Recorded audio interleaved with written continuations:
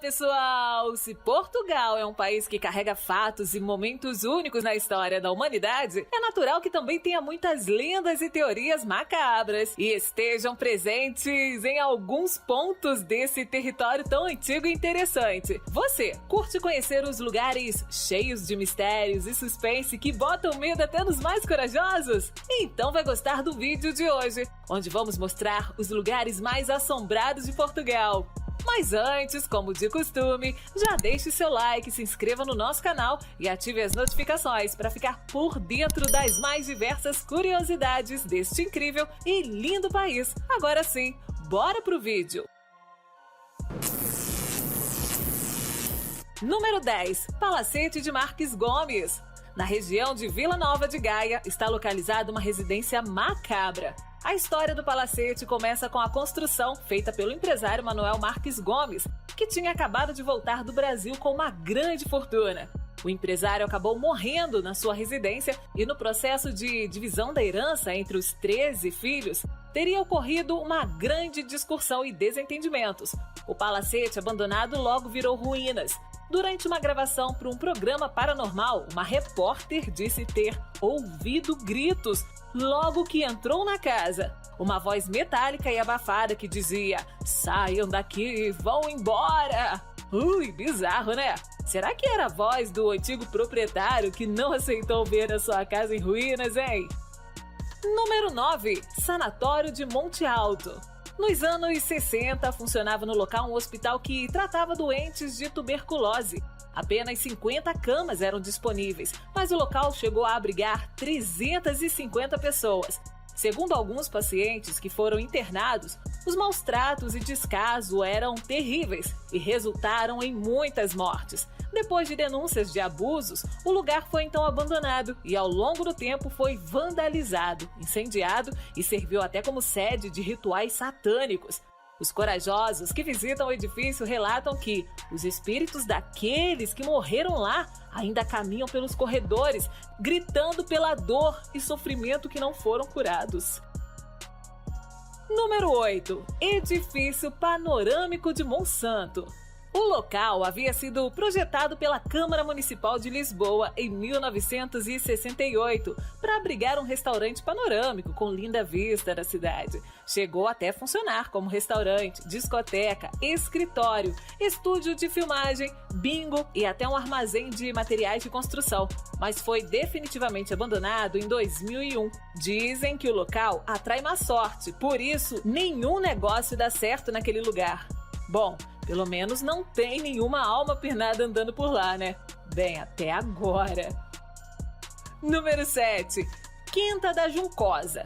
Essa residência, localizada em Penafil, carrega uma das histórias mais assustadoras de Portugal. Há muito tempo viveram nessa propriedade o Barão de Lages e sua esposa. O homem era extremamente ciumento e, após uma crise em que achava que havia sido traído, cometeu um crime absurdo. O barão atou sua esposa num cavalo e arrastou seu corpo pelo campo até ela morrer.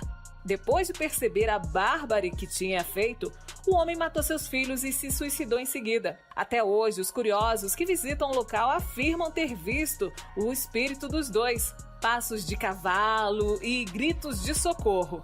Ui, que tal dormir uma noite por lá para ver se isso é real mesmo, hein? Número 6. Teatro Letes. Na cidade de Faro, um edifício chama atenção pela sua beleza, mas também pela sua história bizarra.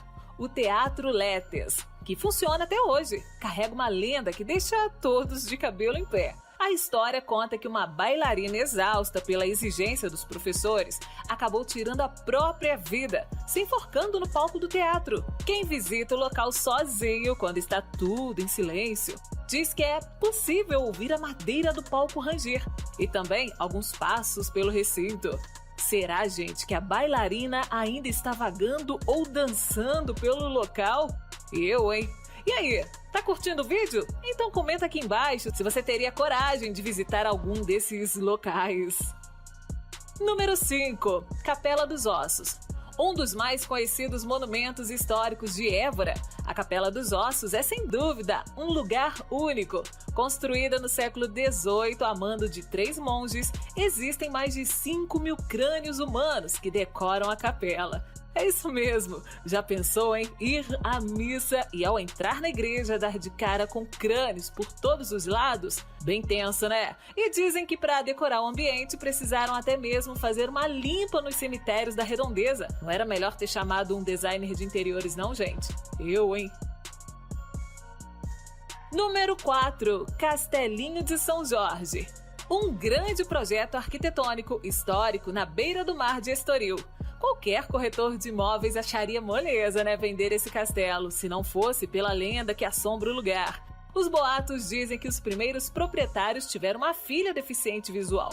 E conforme foi crescendo, a moça ia explorando cada canto do castelo, mesmo sem poder deslumbrar da beleza da mansão. Um certo dia, ao caminhar pelas muretas que cercam o castelo, ela acabou tropeçando e caindo no mar, morrendo então afogada. Até hoje a história é contada pelos moradores da região. Alguns até afirmam ter ouvido gritos de socorro e choros no local. Por conta dessa má fama, a edificação tem muita dificuldade de ser vendida a novos proprietários. Complicado, hein? Número 3. Quinta das Lágrimas. A história por trás dessa histórica casa de Coimbra envolve uma rainha portuguesa. A mistura de romance com tragédia aconteceu no século XIV. Pedro, filho do rei de Portugal e herdeiro do trono, se apaixonou por Inês, que era aia da sua futura esposa. Aquilo então se tornou um escândalo político, né? E o rei acabou mandando exilar Inês no castelo de Albuquerque. Pedro e a pretendente se casaram, mas no parto a mulher acabou morrendo. Desolado, o príncipe então mandou buscar Inês e os dois tiveram 4 filhos e viveram uma história de amor na Quinta das Lágrimas. Porém, durante uma viagem de Pedro, o rei mandou matar Inês no castelo. A parte mais bizarra da história aconteceu após a sua morte, quando Pedro assume o trono de Portugal. Ele então manda desenterrar o corpo da sua amada, vesti-la com trajes reais e ordena que todos beijem a sua mão, proclamando Inês rainha de Portugal, mesmo depois de morta. Número 2. Palácio de Valenças. Localizado na Serra de Sintra, existem muitos mistérios envolvendo o histórico local, que é destino turístico de muitos aventureiros que buscam conhecer as belezas da serra. O local, gente, é tão assustador que já foi cenário de obras de suspense de Eça de Queiroz, consagrado escritor português. A principal lenda do palácio é que lá vivia o Conde de Valenças, que depois de viver um amor não correspondido, acabou se suicidando no local. Os corajosos, que fazem trilhas pela região, afirmam que o espírito do conde até hoje assombra o palácio. Muitos dizem ouvir o choro compulsivo vindo de lá, lamentando o amor que nunca viveu. Número 1. Casa Amarela.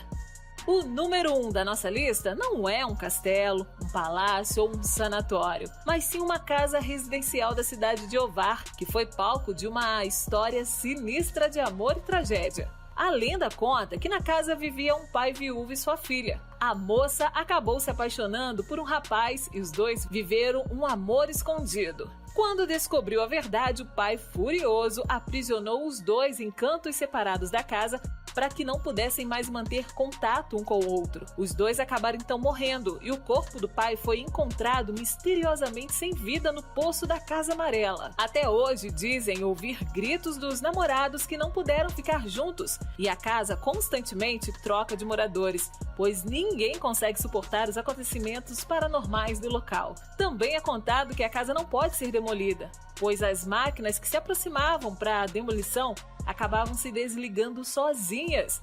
Não é à toa, que as portas e janelas são fechadas com tijolos.